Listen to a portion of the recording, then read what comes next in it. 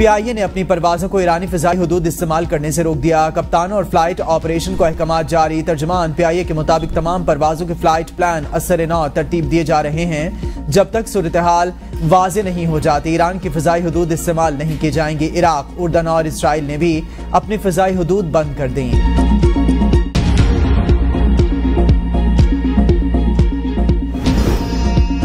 पाकिस्तान की डिफॉल्ट की ख्वाहिश करने वालों का मंसूबा नाकाम हुआ। वज़ीर-ए-आज़म शहबाज शरीफ कहते हैं कि पूरी कौम ने गुज़िश्ता बरसों में एक ग्रोह की नाअहली की वजह से मुश्किलात काटी। अब मुल्क की मईशत मुस्तहकम, सिफारती ताल्लुकात मजबूत और आम आदमी की खुशहाली का सफर शुरू हो चुका। IMF प्रोग्राम के इजरा से मईशत में मजीद इस्तेहकाम आएगा।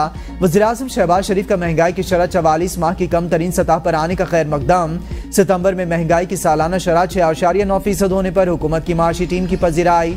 कहा महंगाई में कमी और पेट्रोलियम मसनूआत की कीमतों में कमी से आवाम को रिलीफ मिल रहा है। शरह सूद कम होने से मुल्क में कारोबारी सरगर्मियों में इजाफा होगा। वज़ीर-ए-आज़म का मुल्क से ट्रकोमा के खात्मे का खैर मकदम। आप फैसला करें अगर आप चाहते हैं कि ये कोर्ट आईनी अदालत रहे, वो कोर्ट सोच के साथ। आप मुझे बताएं कि ये कब एतराज़ ना होता अगर हम इफ्तिखार चौधरी और इफ्तिखार चौधरी के बाद दूसरा जो चीफ जस्टिस आने वाला था उस जमाने में ये करते, क्या ये मुतनाज़ा होता? नहीं होता, ऑफ कोर्स होता।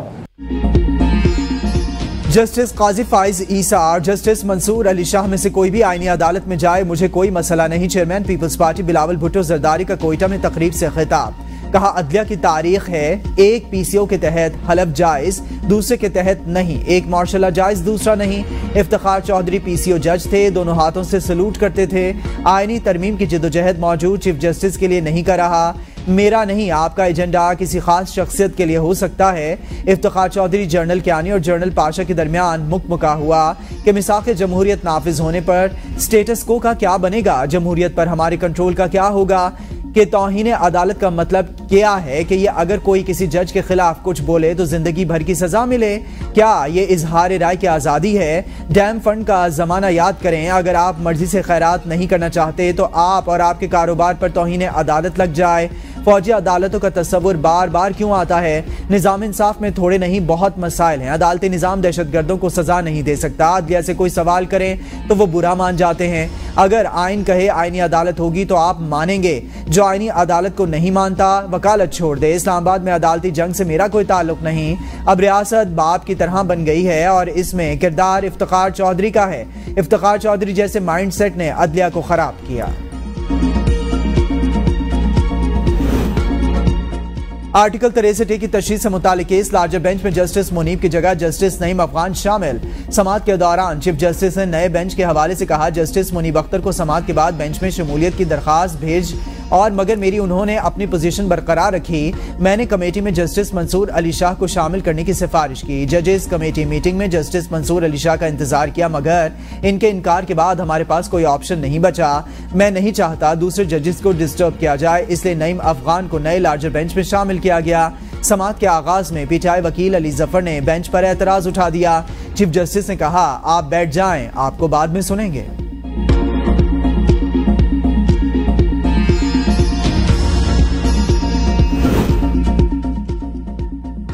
आर्टिकल 63 हुकूमत और पीपल्स पार्टी की नजरसानी अपील की हिमायत, PTI की मुखालिफत। वकील पीपल्स पार्टी फारूक H नाइक ने कहा, वोट का ना गिना जाना आइन में नहीं लिखा। अगर वोट गिना ही नहीं जाएगा तो मतलब है मैं कुछ गलत नहीं कर रहा। इनहराफ का इतलाक तब होगा जब वोट गिना जाएगा। चीफ जस्टिस ने कहा कि फैसले में जिन मुल्कों के फैसलों का हवाला है वहाँ इनहराफ की सजा का भी बताएं। पार्लिमानी जमहूरियत की माँ बरतानिया है, वहाँ की सूरत हाल बताएं। फरीकैन ये भी बताएं क्या सदारती रेफरेंस और 184/3 की दरखास्तों को यकजा किया जा सकता है?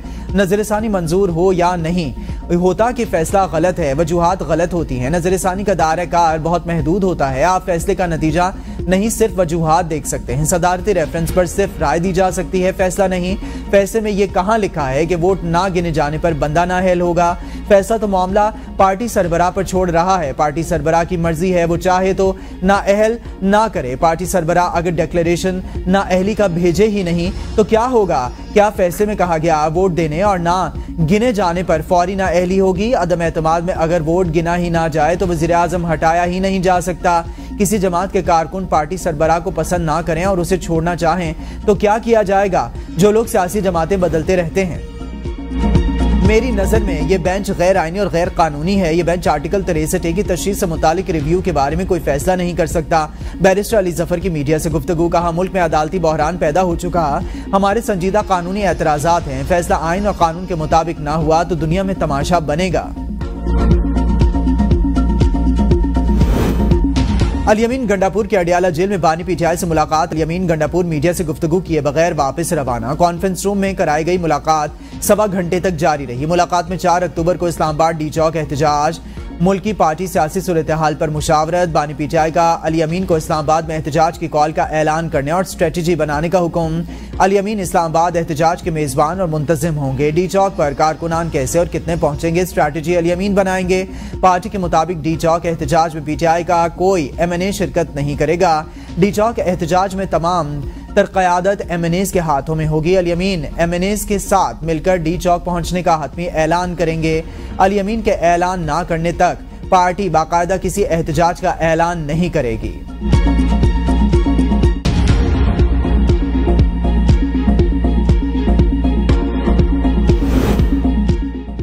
जुमे को तहरीक इंसाफ के एहतजाज पर इंतजामिया का इस्लामाबाद को मुकम्मल सील करने का फैसला। दाखिली रास्तों पर मजीद कंटेनर्स पहुंचा दिए गए। मारगिला रोड, 26 नंबर चुंगी और मोटरवे पर कंटेनर्स पहुंचाए गए। इस्लामाबाद पुलिस ने रेड जोन को पहले ही सील कर रखा है। मियांवाली में 7 दिन के लिए दफा 144 का निफाज। रेंजर्स तैनात। हर किस्म के सियासी इज्तिमा, धरने, जलसे, मुजाहरे और एहतजाज पर पाबंदी आयद। रेंजर्स की 2 कंपनीज 1 से 3 अक्टूबर तक तैनात होंगी। झंग, फैसलाबाद और बहावलपुर में भी 2 रोज के लिए दफा 144 नाफिज।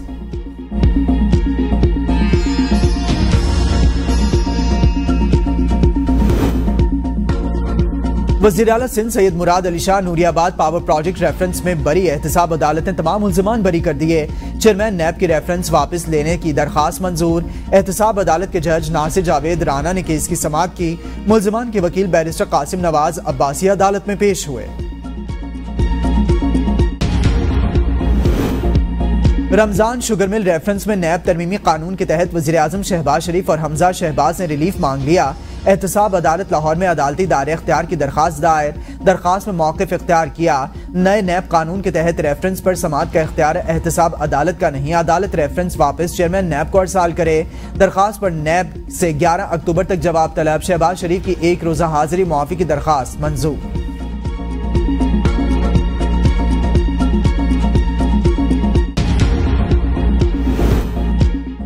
मरियम नवाज के अहकामात पर जेल में बुशरा बीबी को बेजा तंग किया जा रहा है। मुशीर इत्तलात बैरिस्टर सैफ का बयान। कहा, बापर्दा खातून की कैमरों के सामने तलाशी लेकर तज़हीक की जा रही है। रात को नींद से जगाकर सेल की तलाशी के बहाने ज़हनी अजियत दी जा रही है। रातों को जगाकर बालों की तलाशी भी ली जा रही है। बुशरा बीबी बानी पीटीआई के साथ डट कर खड़ी हैं। मरियम नवाज की जाली हुकूमत में ख़वातीन पर जुल्म के पहाड़ तोड़े जा रहे हैं। मरियम नवाज इतना जुल्म करें जितना कल बर्दाश्त भी कर सकें। पेशावर की बुजुर्ग खातून को भी गिरफ्तार करके पाबंदी सलासिल किया गया। बुजुर्ग खातून मरियम नवाज की मां की जगह थी, इन पर भी तर्स नहीं खाया।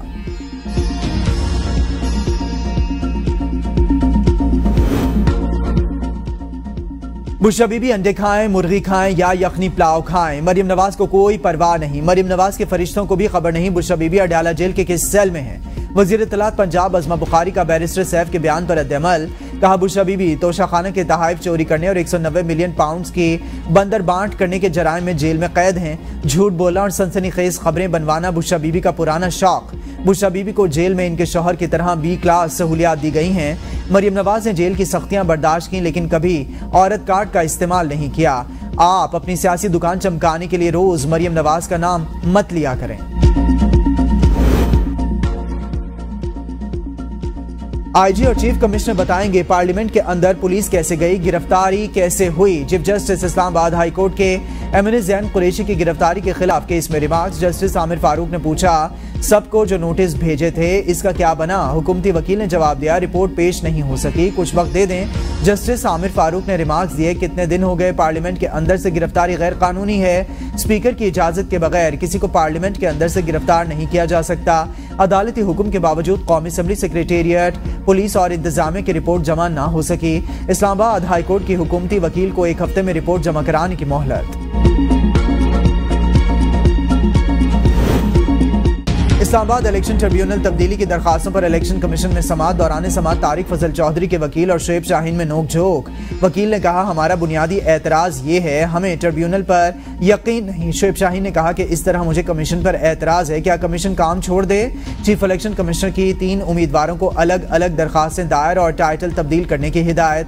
कहा, आप नहीं चाहते हम इन दरखास्तों को सुनकर फैसला करें, क्या करें? मुस्तरद कर दें। दरखास्तों में तरमीम और दुरुस्तगी करके जमा करवाएं। अंजुम अकील खान के वकला ने तरमीम शुदा दरखास्त कमीशन में जमा करा दी। समाअत जुमे तक मुलतवी।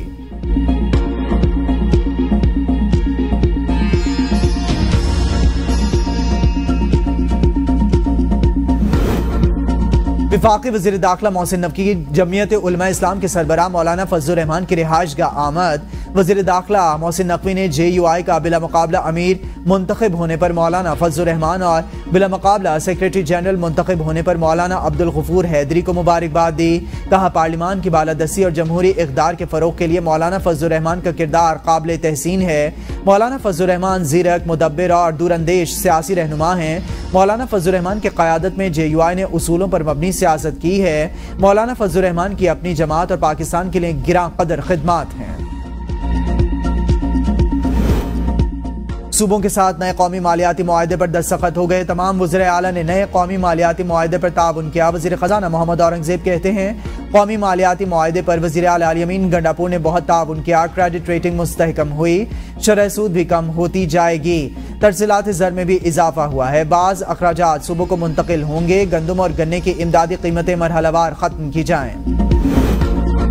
पीपल्स पार्टी वफ्द की ANP और काफली के अहदेदारों से मुलाकातें। शहरी रहमान कहती हैं, दोनों जमातों से मुशावरत हुई। चाहते हैं 2006 के मिसाक़े जमहूरियत के मुताबिक आईनी अदालत का क़याम हो।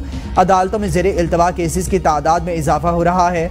चाहते हैं विफाकी आईनी अदालत में सूबों की नुमाइंदगी हो। बिलावल भुट्टो की हिदायत पर हम सबको साथ लेकर चल रहे हैं। वकला और सिविल सोसाइटी से भी मुलाकातें कर रहे हैं। शराकतदारी के दायरे को वसी करना चाहते हैं।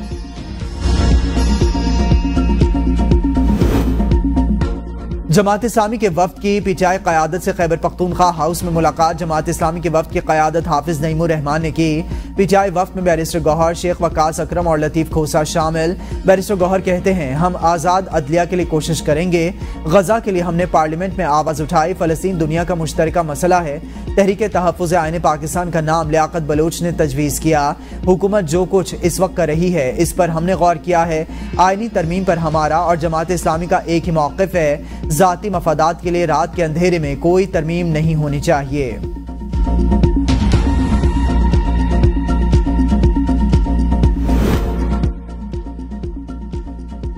आईनी तरमीम मौजूदा हालात में बहुत ज़रूरी। खुरम दस्तगीर कहते हैं, जजिस की तकर्री का वाज़े लाहे अमल होना चाहिए। आईनी तरामीम की कोशिश की गई लेकिन कामयाब नहीं हो सके। गैर मामूली कोशिश करेंगे। मौलाना आईनी तरमीम को सपोर्ट करें। आईनी तरामीम जब पेश होंगी तो नवाज शरीफ भी इस मौके पर मौजूद होंगे। एक सूबे का वज़ीर आला धमकी देता है, अपने कायद को जेल तोड़ कर रिहा कराएंगे। तहरीक इंसाफ कानून हाथ में लेगी तो कार्रवाई होगी। मुल्क में महंगाई की शरह 4 साल की कम तरीन सतह पर आ गई। सितंबर में अफरात ज़र की शरह 6.9% रिकॉर्ड। इदारे शुमारियात के मुताबिक माहाना बुनियाद पर महंगाई की शरह में 8.5% कमी हुई। मुल्क में सबसे ज्यादा टैक्स रिटर्न्स फाइल करने का नया रिकॉर्ड कायम। मुल्क की तारीख में पहली बार 35 लाख से ज्यादा इनकम टैक्स गोशवारे जमा। गोशवारों के साथ टैक्स गुजारों ने 55 अरब रुपए से ज्यादा का टैक्स भी जमा कराया। टैक्स रिटर्न फाइल करने की तारीख में 14 रोज की तौसी। टैक्स दहिंदगान 14 अक्टूबर तक रिटर्न फाइल कर सकेंगे। तौसी का नोटिफिकेशन जारी। FBR को पहली सहमाही के हदफ में 96 अरब रुपए के रेवेन्यू शॉर्टफॉल का सामना। IMF हदफ हासिल ना हो सका। हुकूमत के लिए सख्त टैक्स इकदामात नागुज़ीर। FBR ने पहली सहमाही में 2000 652 अरब हदफ के मुकाबले अब तक 2556 अरब हासिल किए। IMF ने मुतनब्बे किया था टैक्स हदफ के हुसूल में नाकामी पर इजाफी महसूलात पर गौर करना पड़ेगा। मुमकिना टैक्स चोरों के खिलाफ कार्रवाई के लिए मिनी बजट लाने का इम्कान। पाकिस्तान एक वाहिद मुल्क है जो मुस्लिम मुल्क है जो सेपरेट हुआ इस्लाम के नाम पर। इस्लाम बिलीव्स इन हक। Islam doesn't believe in majority wins. The difference between a normal democracy and Islam is the democracy में क्या होता है, जो लोग मेजॉरिटी में, दैट्स राइट। पाकिस्तान वाहिद मुल्क है जो इस्लाम के नाम पर बना। एबी न्यूज के प्रोग्राम सवाल से आगे में गुफ्तगू। कहा, किसी मुस्लिम मुल्क में मुकम्मल शरीयत का निज़ाम नाफिज नहीं। हुक्मरानों को चाहिए कुरान और सुन्नत की पैरवी करें। इस्लाम के खिलाफ बातों को रोकना चाहिए जो कुरान और हदीस के तहत हों, इनको फैलाना चाहिए। अल्लाह ताला से भारत वापसी की कभी दुआ नहीं की, हमेशा अपनी शहादत की दुआ करता हूँ। सिंध हुकूमत इंतहाई पसंदी और दहशतगर्दी से निपटने के लिए कोशां। कानून नाफिज करने वाले इदारों के साथ इंटेलिजेंस शेयरिंग और मुश्तरका ऑपरेशंस भी किए जा रहे हैं। वज़ीर आला मुराद अली शाह का national security and war course के शुरका से खिताब। कहा, थानों के लिए 4 अरब 80 करोड़ रुपए का बजट मुख्तस। पुलिस के लिए हेल्थ इंश्योरेंस का भी बंदोबस्त किया। हुकूमत कच्चे के इलाके में चैलेंजेस से निपटने के लिए कोशां। सिंध वाहिद सूबा है जिसे मकामी इंतखाबात कराए और इख्तियारात मुंतखब इदारों को मुंतकिल किए। सूबे में हिंदूपुरम तौर पर मुकीम है। वज़ीर आला से चीनी सरमायाकारों के वफ्द की भी मुलाकात। मेंबर सिंध निसार दुरानी की सरबराही में इलेक्शन कमीशन का 4 रुकनी बेंच आज समाअत करेगा। बैरिस्टर गौहर रऊफ हसन, अकबर एस बाबर समेत दीगर दरखास्त गुजारों को नोटिस जारी। पीटीआई रहनुमा आलिया हमजा के खिलाफ पीका एक्ट के तहत दर्ज मुकदमे में जमानत कन्फर्म। इस्लामाबाद की मुकामी अदालत ने 50,000 रुपए मचलकों के एवज जमानत कन्फर्म की। पीका एक्ट के गैर मुतल्लिका सेक्शंस के हवाले पर अदालत पर प्रोसिक्यूटर बरहम। जज अफजल मजोका ने रिमार्क्स में कहा, सेक्शन 9 तब लगता है जब मुलजिमा का किसी कलअदम जमात के साथ ताल्लुक हो। कोई सबूत मौजूद है जिसमें आलिया हमजा ने किसी रियासती इदारे के इंटरनल मामलात में मुदाखलत की हो। दुनिया का बुलंद तरीन पहाड़ मजीद ऊंचा होने लगा। माउंट एवरेस्ट की ऊंचाई में 1 साल में 2 मिलीमीटर इजाफा। 75 किलोमीटर दूर बहने वाले दरिया ने माउंट एवरेस्ट की ऊंचाई में 15 से 50 मीटर तक इजाफा किया। माहिरीन के मुताबिक दरिया अरून के माउंट एवरेस्ट की बुनियाद से पत्थर और मिट्टी बहा ले जाने के सबब पहाड़ की ऊंचाई में मुतवातिर इजाफा जारी।